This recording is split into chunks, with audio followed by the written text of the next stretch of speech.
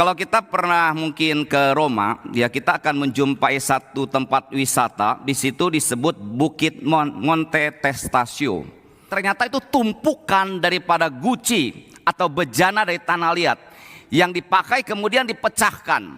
Diperkirakan ada 25 juta saudara pecahan guci yang membentuk bukit buatan. Jadi saudara, pada waktu abad pertama orang-orang Roma itu udah biasa saudara.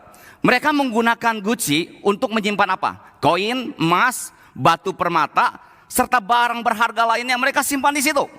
Maka saudara, kalau saudara mengerti konteks ini, maka saudara akan mengerti sekali waktu Yesus dalam Matius 13 ayat 44 yang berbicara tentang perumpamaan harta yang terpendam di ladang, saudara.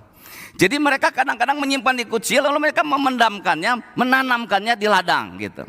Dan setelah mereka perlu, mereka akan menggalinya, dan setelah itu mereka buang gucinya. Jadi guci tersebut sebenarnya tidak bernilai saudara. Yang bernilai itu adalah isi di dalam guci tersebut. Maka dari sini saudara, kita melihat ketika Paulus mengatakan di dalam ayat 7a, dia berkata demikian, tetapi harta ini kami punya dalam bejana tanah liat, saudara.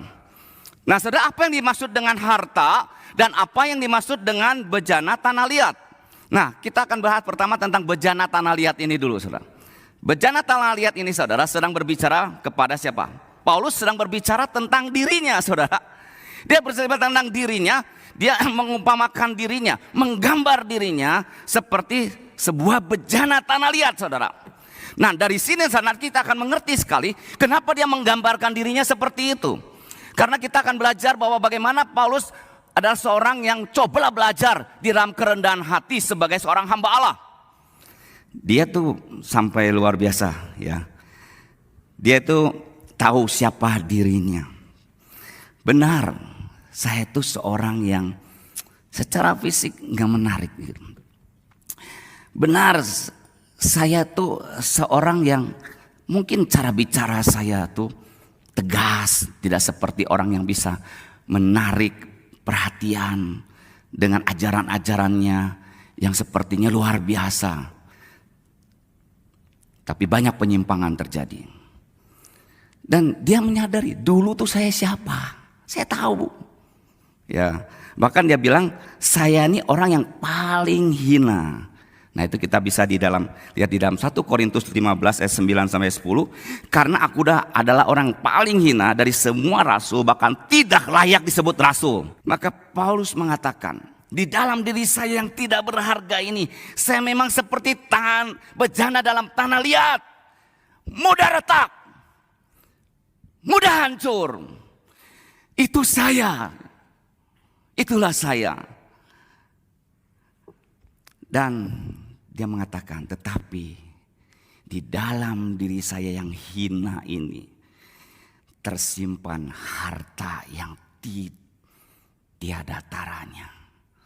Jadi harta di dalam bejana itu berbicara Injil keselamatan yang tidak ternilai ada di dalam setiap orang yang percaya kepadanya.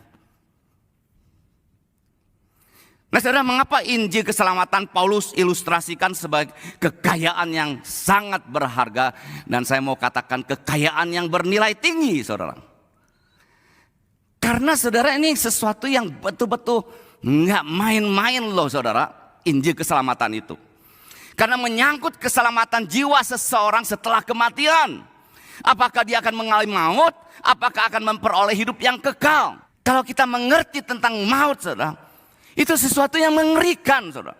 Keterpisaan kita dari Allah pada waktu kita nanti akan mengakhiri hidup kita saudara. Kebinasaan, firman Tuhan melukiskan kebinasaan. Aduh, binasa saudara. Itu maut. Nah saudara, ketika Paulus membayangkan begitu mengerinya konsekuensi dosa dan akan menghasilkan maut, maka ketika dia melihat ada keselamatan di dalam Kristus, hidup yang kekal. Ini kan kontras banget saudara, maut dan hidup yang kekal. Dan dia melihat ini kekayaan lebih dari segala kekayaan yang ada. Nggak peduli Anda mau katakan saya siapa. Dan memang saya orang yang berdosa. Tetapi di dalam saya tersimpan kekayaan itu.